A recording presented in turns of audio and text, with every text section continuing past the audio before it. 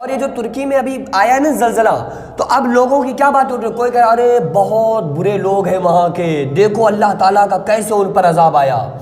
دیکھو دو وجہوں سے زلزلہ آتا ہے،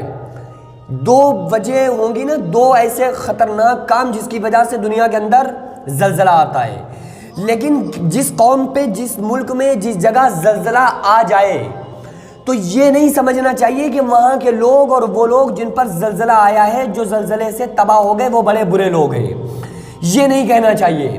کیونکہ حضور صلی اللہ تعالیٰ علیہ وسلم کے بعد صحابہ کرام کے دور میں ایک ایسی وبا پھیلی جو طاعون تھی۔ حضور کے دور میں بھی کچھ ایسی مصیبتیں آئی تھی لوگوں پر، صحابہ کرام پر طاعون کی وبا صحابہ کرام میں پھیل گئی۔ صحابہ کرام اور تابعین تقریباً 25,000 کے آس پاس صحابہ کرام اس دنیا سے ان کا وصال ہو گیا، وہ وصال پا گئے، وہ شہید ہو گئے، اس بیماری میں ہلاک ہو گئے، 25,000 صحابہ اور تابعین۔ تو کیا خیال ہے کہ صحابہ کرام معاذ اللہ کوئی غلط کام کرتے تھے؟ ان کے گناہوں کی وجہ سے ان پر یہ عذاب یا جو بھی وبا نازل ہوئی ان کے گناہوں کی وجہ سے آئی؟ ہرگز نہیں۔ مولا علی فرماتے ہیں کہ اللہ تعالیٰ حدیث قدسی میں فرماتا ہے کہ اے میرے بندوں، اگر تم سیدھے راستے پر چلتے رہے تو ہم تمہیں تکلیف دے کر کیا کریں گے؟ لہٰذا جو تکلیف آ رہی ہے نا، تم کو پریشانی آ رہی ہے، جو مصیبتیں آ رہی ہیں، جو تم تباہ و برباد اور ہلاکت کی طرف جا رہے ہو، تو اللہ فرماتا ہے یہ تمہارے ہاتھوں کی کمائی ہوئی ہے، یعنی جو تکلیف تم کو پہنچتی ہے وہ خود تمہارے ہاتھ کی کمائی ہوئی ہے۔ اللہ تعالیٰ فرماتا ہے اگر تم سیدھے راستے پر چلتے رہے تو ہم تمہیں تکلیف دے کر کیا کریں گے؟ تو اب یہاں سے سمجھ میں آتا ہے کہ بھئی جب اگر انسان سیدھے راستے پر چلتے رہا تو ہم تکلیف اللہ فرما رہا اب دے کر کیا کریں گے؟ تو یہ جو تکلیفیں آ رہی ہیں تو ظاہر ہے کہ گناہوں کا نتیجہ ہے، لیکن کچھ ایسے بھی لوگ ہوتے ہیں جو نیک لوگ ہیں، جیسے میں نے ابھی بتایا کہ صحابہ کرام کے طاعون کی بیماری میں ہلاک ہو گئے، اور بہت بڑے بڑے کچھ ایسی چیزیں اس دور میں بیماریاں پھیلی، وبا پھیلی، جس میں بہت سارے لوگ نیک لوگ ہلاک ہو گئے۔ تو نیک لوگوں پر زلزلے آ رہے ہیں، نیک لوگوں پر پریشانی آ رہی ہے، نیک لوگ کسی بھی طرح سے وبا میں مبتلا ہو رہے ہیں اور موت کا شکار ہو رہے ہیں، لقمۂ اجل بن رہے ہیں، تو اس کا مطلب کیا ہوگا؟ اسی حدیث کے ایک ٹکڑے میں اللہ تعالیٰ نے فرمایا، حدیث قدسی میں اللہ تعالیٰ فرماتا ہے کہ اے میرے بندو، جو تکلیف تم کو پہنچتی ہے وہ تمہارے ہاتھ کی کمائی ہوئی ہے، اگر تم سیدھے راستے پر چلتے رہے تو ہم تمہیں تکلیف دے کر کیا کریں گے؟ لیکن مولا علی فرماتے ہیں کہ اب وہ لوگ جو نیک لوگ ہیں ان پر تکلیفیں کیوں آ رہی ہیں؟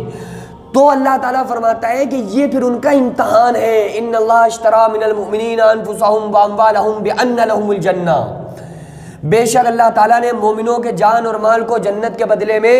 خرید لیا ہے۔ وَلَنَبْلُوَنَّكُمْ بِشَيْءٍ مِّنَ الْخَوْفِ وَالْجُوعِ وَنَقْصٍ مِّنَ الْأَمْوَالِ وَالْأَنفُسِ وَالثَّمَرَاتِ، اللہ فرما رہا ہے ہم تمہیں آزمائیں گے جان کے نقصان سے، مال کے نقصان سے، پھلوں کے نقصان سے،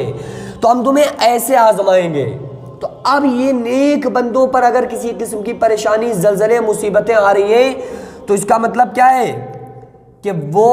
اس پر جو پریشانی آ رہی ہے وہ اس کے ہاتھوں کی کمائی ہوئی، اس کے گناہوں کا نتیجہ نہیں، بلکہ یہ اللہ تعالیٰ کی طرف سے امتحان ہے، اور اس امتحان میں کامیاب ہونے کا نام پھر انسان کا مومن ہونا ہے، کہ جو مومن ہوگا نا وہ اس میں کامیاب ہو جائے گا، اس میں ہاں اللہ نہیں کرے گا کہ اللہ ہم ہی ملے تھے عذاب میں گرفتار کرنے کو، تجھے ہم ہی ملے تھے، تو نے ہم پر مصیبت ڈال دی، ایسا پھر نہیں۔ ہاں قیامت کی نشانیوں میں سے یہ ہے کہ زلزلے آئیں گے، لیکن جس پر زلزلہ آ رہا ہے اس کا مطلب یہ نہیں کہ وہ بڑے گناہ گار لوگ ہیں، اس کا مطلب یہ نہیں کہ یار وہ بہت زیادہ گناہ گار لوگ ہیں اس لیے زلزلہ آیا۔ یہ حق ہے کہ زلزلہ ایسے لوگوں پہ آتا ہے، لیکن جس پہ آ جائے یہ ان کے لیے کہنا کہ اس لیے آیا، یہ بات غلط ہے، یہ بات غلط ہے۔ تو اچھے لوگ بھی اس کا شکار ہو جاتے ہیں،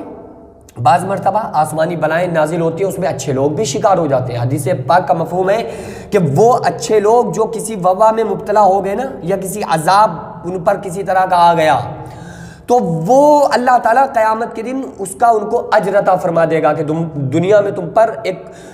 برے لوگوں کے چکر میں تم پر بھی عذاب آ گیا، اس وجہ سے تمہیں اب تمہاری جو دنیا میں جو عذاب آیا تھا اس کا اب تم اللہ سے اپنے صلہ لے لو۔ ہاں جو اللہ کی طرف سے فی الفور عذاب آتا ہے گناہوں کے سبب، وہ کیسا ہوتا ہے جیسے قوم سمود، قوم عاد پر فوراً عذاب آئے، انہوں نے نافرمانی کرتے رہے فوراً آسمان سے آسمان سے بارش اور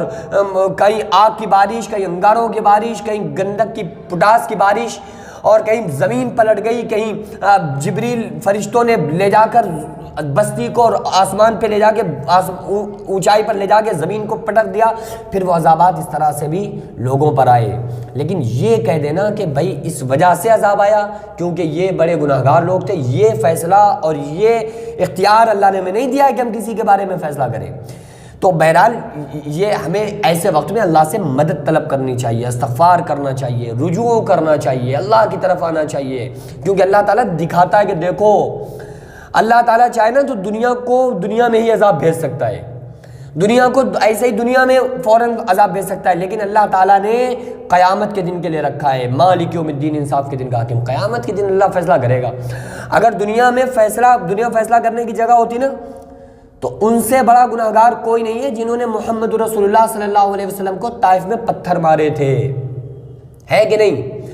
ان سے زیادہ کوئی گناہگار نہیں ہے جنہوں نے ہمارے نبی صلی اللہ علیہ وسلم کو چٹائی میں لپیٹ کر دھواں دیا تھا۔ ان سے بڑا کون ظالم ہوگا جنہوں نے طائف کے میدان میں نبی کو پتھر مار رہے ہیں اور یہ کہہ رہے ہیں کہ اگر آپ نبی ہیں تو واقعی اگر آپ نبی ہیں تو یہ پتھر آ کر مجھے واپس لگے، لیکن اس وقت ان کو وہ پتھر واپس نہیں لگے۔ کیوں؟ کیونکہ قیامت کے دن اللہ تعالیٰ دکھائے گا، فیصلہ تو قیامت کے دن ہوگا نا۔ تو اب دنیا میں ہی اگر عذاب آ جائے، سزا مل جائے، دنیا میں ہی انسان نیست و نابود ہو جائے تو قیامت کے دن کا مطلب کیا رہ گیا؟ پھر انصاف کا مطلب کیا رہ گیا؟ تو بہرحال کسی کے بارے میں ہم اچھا ہی گمان کریں، اور جب ایسے معاملات دیکھیں نا تو ہمیں اللہ کی طرف رجوع کرنا چاہیے، توبہ استغفار کی طرف آنا چاہیے، یہ ہم کرتے نہیں۔